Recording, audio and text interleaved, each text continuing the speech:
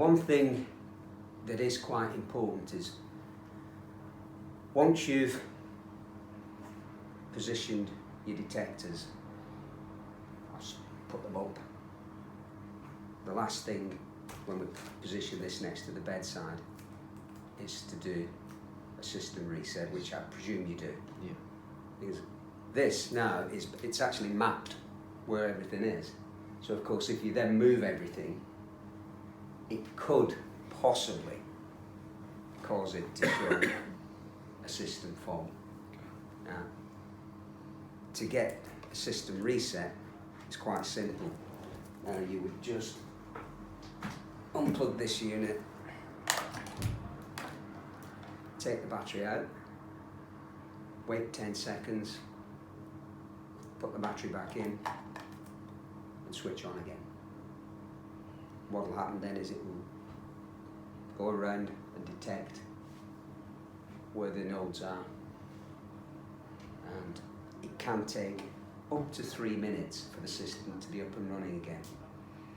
Now, I've got that unplugged from mains, so you can see it's showing me a warning, double flash every 5 seconds. If it was a battery issue, it would be a single flash every 5 seconds. So obviously if someone phoned up and said, I've got a warning and it's double flashing every 5 seconds, you could probably say, look, have you been vacuuming or whatever, and make sure it's plugged into mains. So if we plug it back in,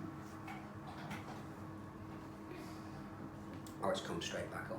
It can take a few minutes for it to re-register around, but it's only a very small area it's in, so it's come straight back to okay.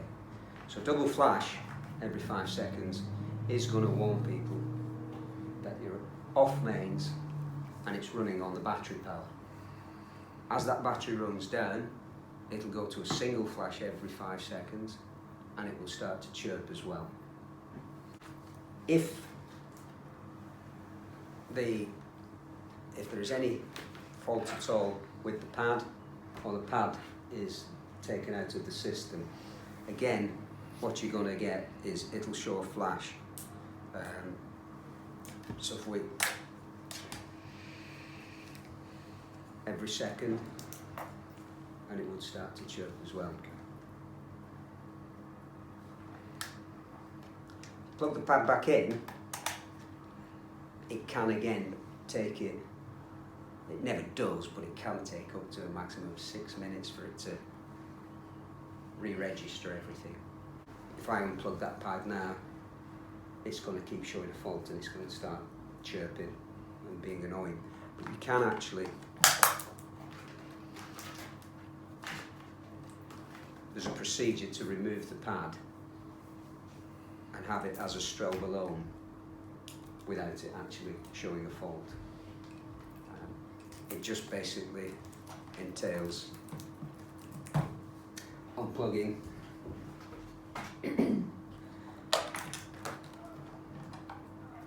take the battery out, remove the pad.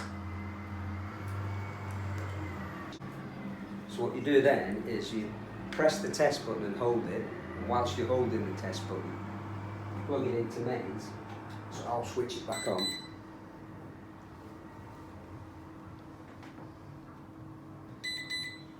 Once you get that double flash, you can then put the battery back on,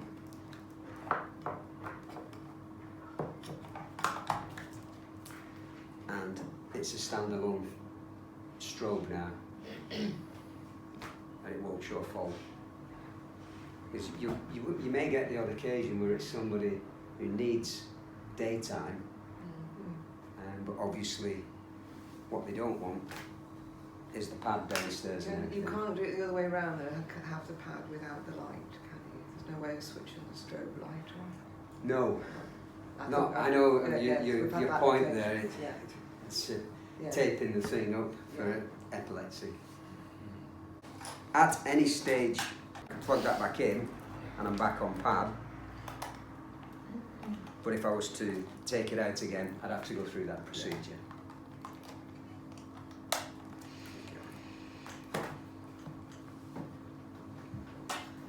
There is a low frequency sound option. It would basically be, I think, where possibly you had somebody who daytime needed alert, but the hearing loss, where you get a lot of people with a high frequency hearing loss, they wouldn't pick up the 3 to 3.5 kilohertz sound generated by one of these. And if they were considered in, danger, then this generates a very loud, low frequency sound. It could be used in conjunction with that. That could be in the bedroom permanently. The person may need this daytime downstairs. It's got the same procedure with the button, press, release. Whilst that's on, press anything. That's on the system.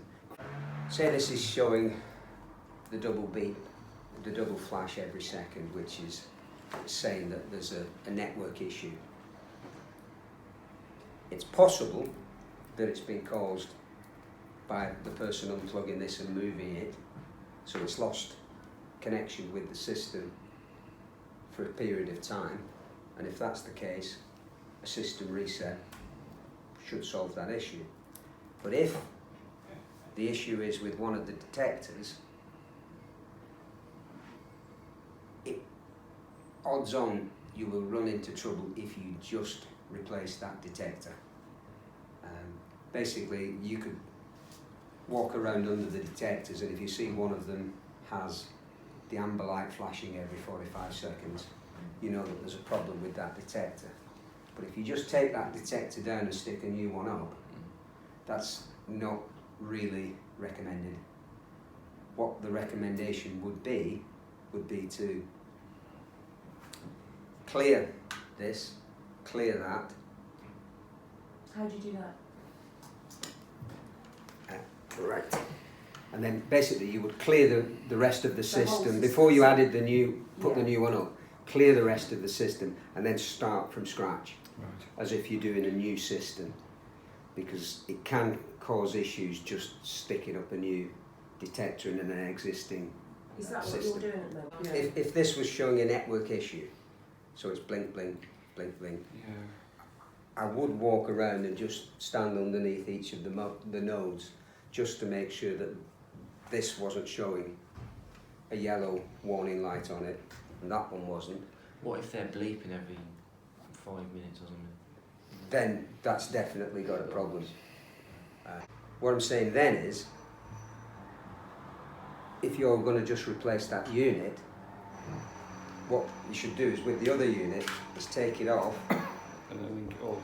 And what you do to take it off the system is press on, off, on and hold. When that light goes out, release it. So it's 2 slow flashes, 3 fast ones. That is now taken completely off the system.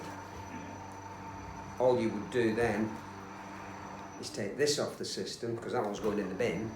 Yeah. So to take this off the system, it's just on, off, on. So on, off, on. You see how the 2 lights are on. Keep holding until they go out. Release. 3 fast. So when I'm linking it, I just press on, release, Yeah. and I get the red light. Yeah. To clear this, I press, release, press and hold. Okay. That light comes on. When the light goes off, I then let go. So press, off, press and hold.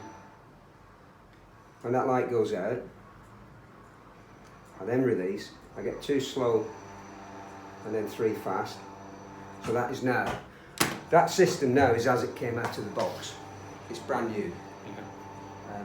So if you want to just change one, which would be that one, you throw that in the bin, clear this, clear that, and then start again with your new piece, pair it to that, and then add to that. Rather than just try and just add one detector to an existing system. It takes a little bit longer, but the procedure Yeah. is less likely to give you issues.